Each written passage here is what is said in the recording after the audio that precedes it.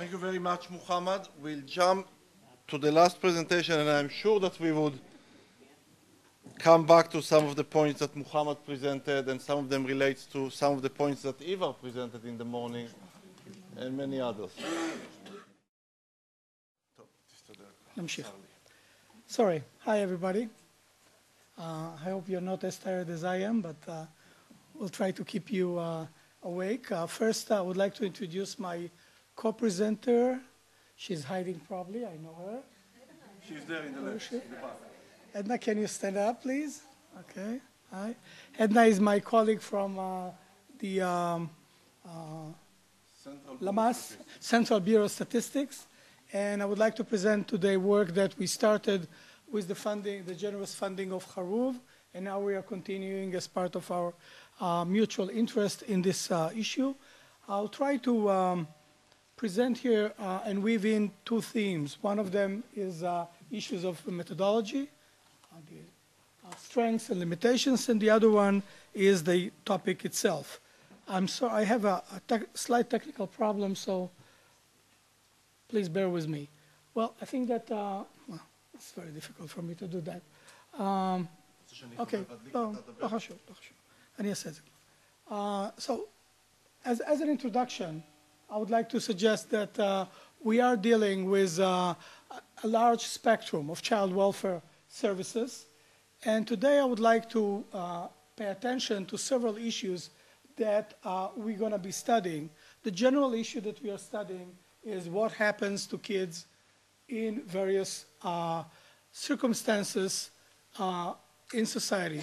Some of them are in care, like welfare, and some of them are not. And I'm making some distinctions between various groups. And the bottom line is that I'm going to be presenting a study in which we followed up a cohort of kids that were by the age of 19 by the time we studied them. And we're going to compare kids that were in care and others that were not.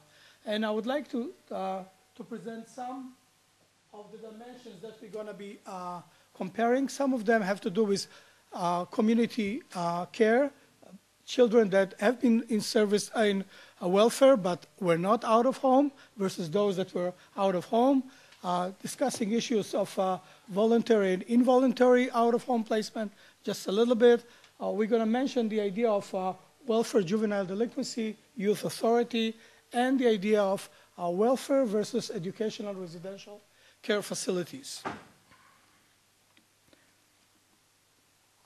Well, I think that we are all aware of the differences between services in the community trying to preserve the child within the family compared with taking children out of home. We all know the ideology in Israel and in most Western countries has to do with the fact that we want to keep children at home, and we are trying to create a network of services that would keep and preserve the family and keep the children at home.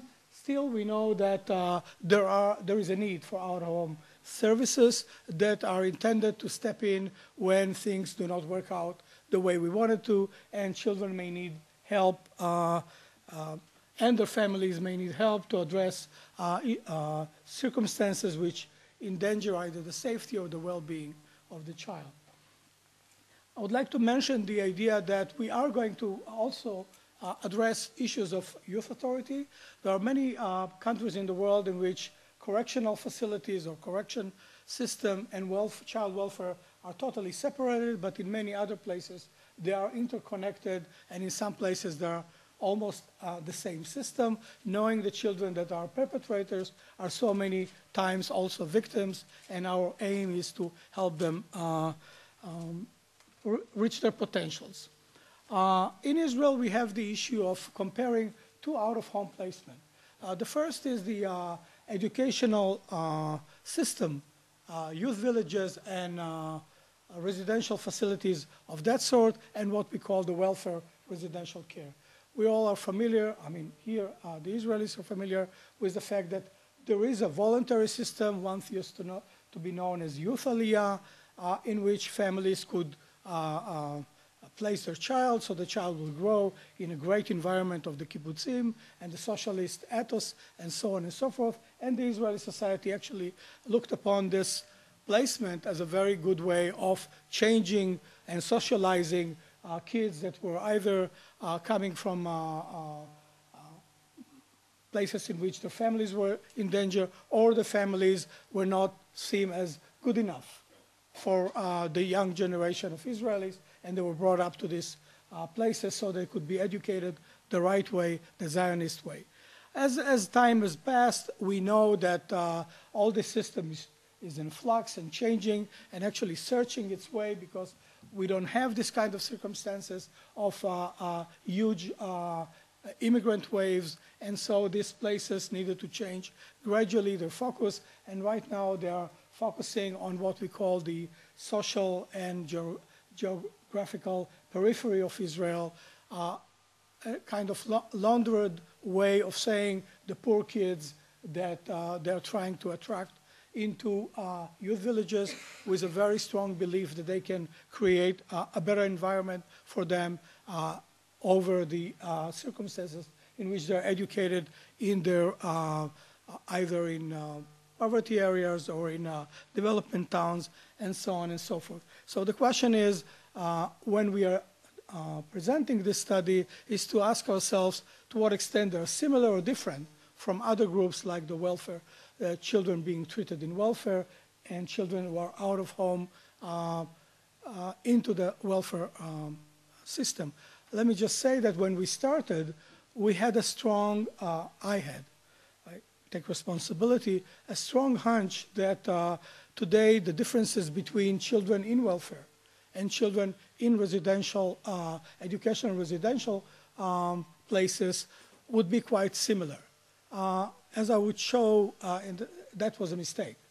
And I think that the picture is different, and although children in educational residential care in Israel do not have the same social status as others who are not there, there are definitely major distinction between children in welfare residential care and others. So we had three different goals, and each one of them has a different reasoning for that. The first one is a question that we actually did not see addressed in any study so far. And the idea is, if you're a child born in Israel, what are the chances that throughout your childhood you will be in out-of-home care?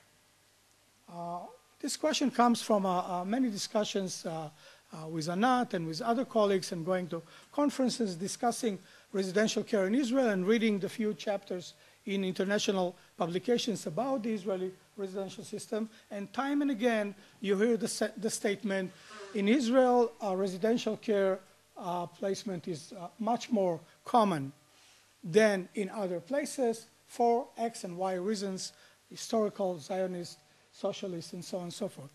However, our sense was that this statement may be a little bit overstated, and it's a good idea to start checking into it in more detail. And I think that the findings actually supported this kind of time to think again about this statement. I have it myself in a couple of papers. I think Anat has it. Many others have it. And I think we should rethink it about the fact saying that in Israel residential care is more common than in other places.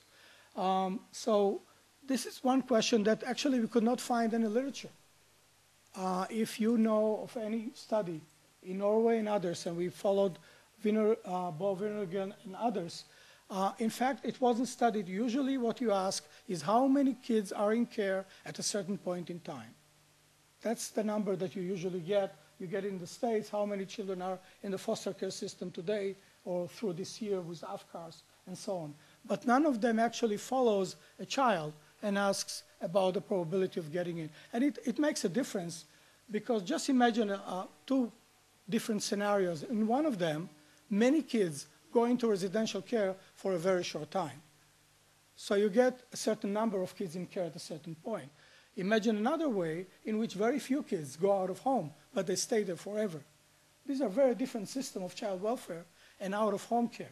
and they need to be addressed in a different way. So that would be one of the issues that we are starting to investigate. I'll sign that. The other one is that we'll try to ask ourselves, I'll try to pose it in a gentle way, whether the system has logic. In the sense, are kids out of home or in care actually different from the others who are not? Are we focusing on certain groups and not others? Sometimes when you explicate the whole picture, you say, well, do we want it this way? Maybe it should have been a different way. Maybe we are focusing on a certain group or are not focusing on groups that we should. So our goal was to see whether we can tell what are the different profiles for kids in various groups. Those that were never in care, those that were in welfare but never out of home, those in out of home, correctional, and educational facilities. And the final one is a very treacherous word, outcomes. It's a very touchy word, and I'm using it unhappily. I'm using it mainly because the literature, especially the American literature, that's the one that we're using all the time, is using this word outcomes to mean that when you look at the child at the end of the stay in care, you ask, what are the outcomes for that child? I do not mean that that means that that's the outcomes of the intervention provided by the system. I mean, this is the status of the child when the child leaves care. And I think there is a slight difference and definitely a very political charged difference between meaning outcome that we are, as usual, blaming the welfare system for not getting better outcomes, or we're just saying we want to know when children end their stay in the child welfare system, how are they doing? And I mean it in the second term, definitely not trying to blame anyone. And of course, as you can see, because it's so political and people are very, very sensitive, I want to make sure that we all understand that I'm not evaluating any child welfare system. And I'm not saying that because the outcomes are different, that means that residential care is better than foster care or the other way around. God forbid. I do not do that. So if anyone is asking you, I never said anything to that effect. Because that relates also to the method. And the way we have done this study is we use administrative databases. We did not collect the data. We are totally dependent on the system and what it collects. And it has many, many implications. One of them you could hear by my being kind of defensive, because we are asking data from others. Now, we all may say that this is not their data to share, because that's the data of all Israel and all the citizens, and it belongs to the children, or if anyone, and not to the caretakers. But we know that they actually are the gatekeeper to this data. And they have a very complicated view about who should be using this data. On the one hand, they will say it's open data, it's everybody's, but they know as well that it may come back to haunt them. And in fact, most of the use of the data that they are using shows more limitations than success. So from their perspective, releasing data is like feeding the hand that will bite you in the third act of this theater. So many times they are very reluctant to start this show because they know that after they give it and after they do it, in the third act, I will come back, or someone else, and show how things are not working the way they would have liked them to be. So sometimes because they've been there in that show, they are not very happy to start with. This time we were very fortunate. We had this collaboration with the Central Bureau of Statistics, and Ministry of Welfare had a very open, to an extent, approach of letting us actually using the data that was there. I'm not going to go too much into it because that's more gossip, but the point is that this is definitely an issue when you want to reach this rich database. And what I would like to emphasize is how strong and important and irreplaceable are all these databases for us to learn about the system. Because we have been doing for many years. That's how we got our PhDs and doctorate and professor, doing another study and another study, and a big sample of 100, and a bigger sample of 120, and even a bigger sample of 180. But that's not a way to learn how the system functions and what is the situation across the board. And actually the only way, and a limited way, but still the only way to do it, is through these administrative databases. Okay, so that's about what I want to say right now about methodology, and I'll get there again within my time limits. Okay, so what we were doing, actually, we were looking, the Central Bureau of Statistics holds many different databases. They do not, most of it not collected by them, but by many other agencies, like Ministry of Education, Ministry of Welfare, and others, and they put it together. Now, we are very fortunate, like they are in Norway, we have unique ID. So what it means is that we don't need to have all kinds of tricks to bring together all these databases, and we actually connect them on the ID level of each of the participants. And just imagine how powerful it is, because this way you can also connect to the parents and to the siblings, and so on and so forth. So whenever you have a one child in a family, you can get the whole picture. I agree that the issue of what is a family may be very complicated, but in some administrative databases it's very simple to connect the ID of the parent of the child. So we have a very powerful way of looking at children, but also at the surrounding of their family. And that's what we did. And I'm ready for the findings. Is there any question about methodology or something like that? Okay. So here's the basic finding.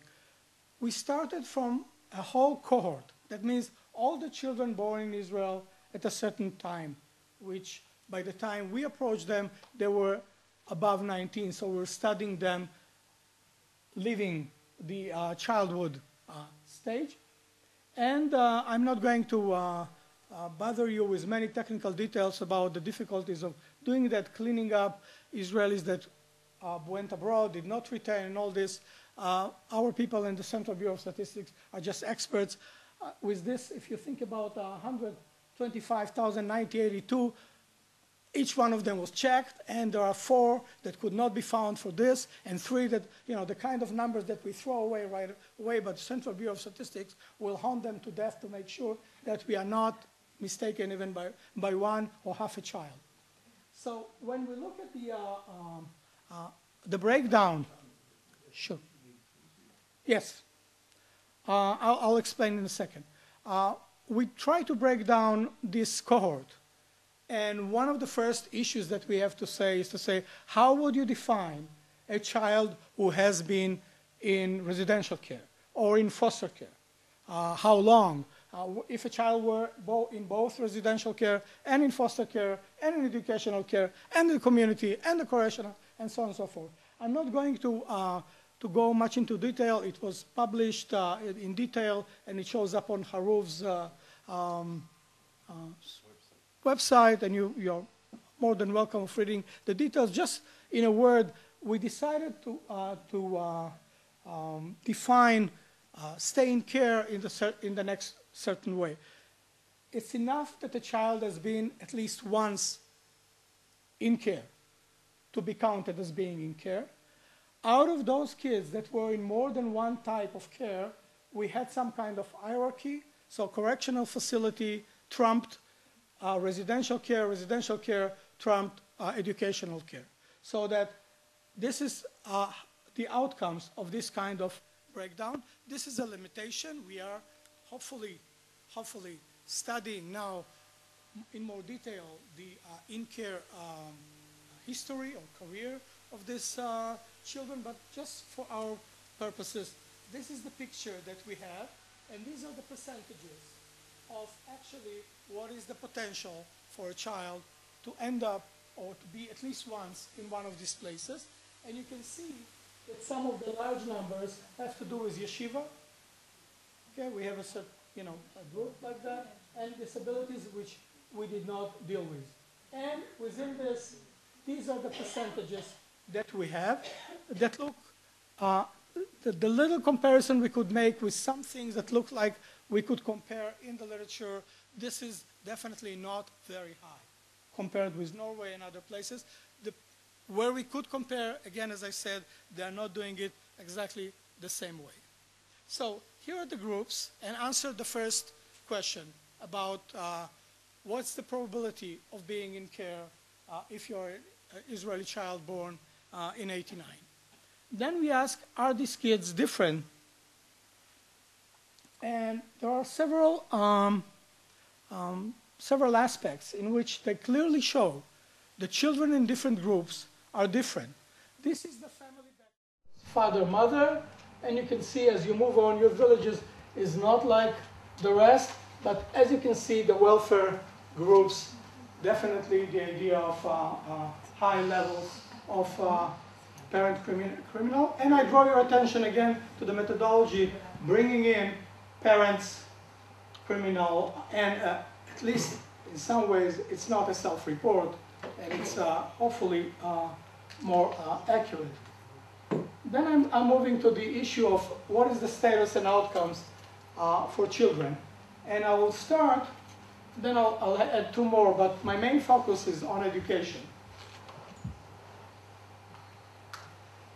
And I will introduce this issue by saying this is a very nice example in which a study of this sort really focus attention on the system as a whole. And what we are doing now in the last 2 or 3 years with ANAT is actually expanding on the insights learned from this set of slides that I'm going to present, that for showing the system as a whole. The first thing that I would like to show you is the idea whether these kids, when we met them at 18, whether they were listed as being part of a high school that belongs to the Ministry of Industry, which are the high schools for Miftan and places like that, second and third opportunity schools, and whether they were not listed in any school. Okay? So as you can see, the red one is they were not listed in any type of school, and whatever color it is, they were in the industry, vocational, and so on. As you can see, this is the picture of the cohort as a whole. These are youth villages, so they're not that far away. And I'll show you later some other findings very supportive of this picture.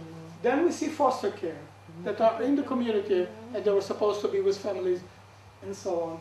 Then you go to youth authority, you can see that, and the welfare residents and at the community. So we can definitely see that if we look at education at the end of the stay in care, they are not there. They are far away from the cohort as a whole. They did not bridge the gap. And the next set of slides will actually make the same point from different angles. This is a very important slide, and I'll take you by the hand because I think that that's a very nice way of how data can really inform policy and issues like that. We have 3 possibilities. One of them is that those that were trying to have some kind of matriculation test, bagruyot, and we have 3 possibilities. One is that they failed. One is that succeeded, but it's not enough for college. And one of them that's sufficient for college admission. Let's look at the cohort. We have overall around 70. Of them, we have those that would go for college, those that not enough for college, and those that were not successful. Okay? So this is, if you may, the baseline for the system as a whole. Look at this educational residential care. There are actually more of them tried to do bagruyot. And that's definitely something that they were trying to do. So more of them tried to do. The proportion of failing to reach the bagrut is larger than in the others. And those that had bagrut but was not as or strong enough were also larger. So we can see some targets in terms of what is the issue. The issue is not to convince to go for bagruyot, because many are doing that. But we have some issues about success and about opening up this, making it smaller and having the yellow one larger. And of course, we can see some very sad facts about the rest. Okay? When I presented this data,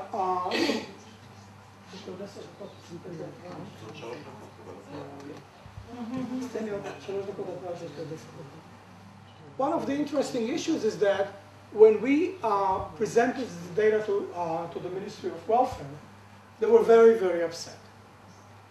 Again, it was very hard to convince that we are not saying it so we show that they are not good enough. And they say, Rami, you are the first one to know that these are very difficult kids. What do you expect?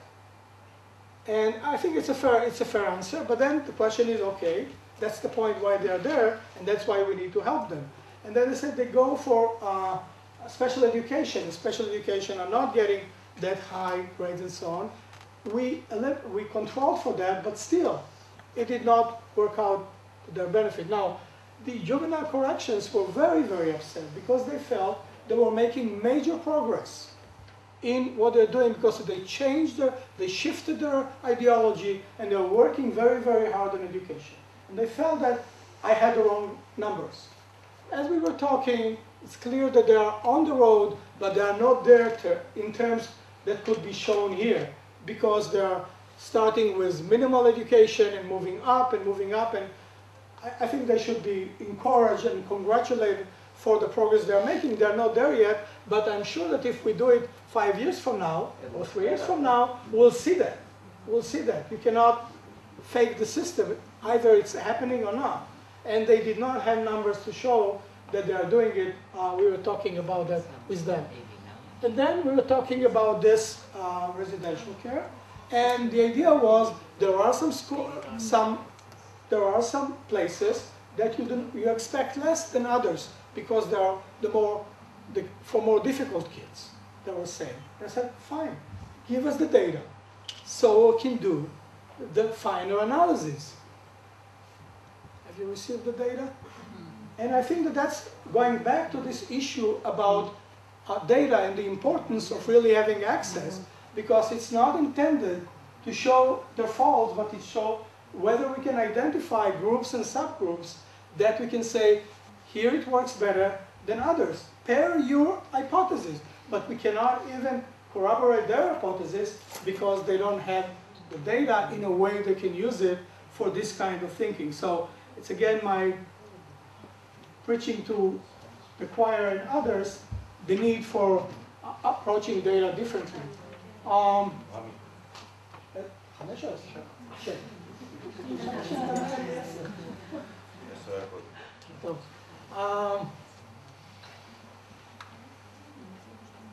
need to give an explanation for this kind of graph before I move to the discussion. I'll skip the others.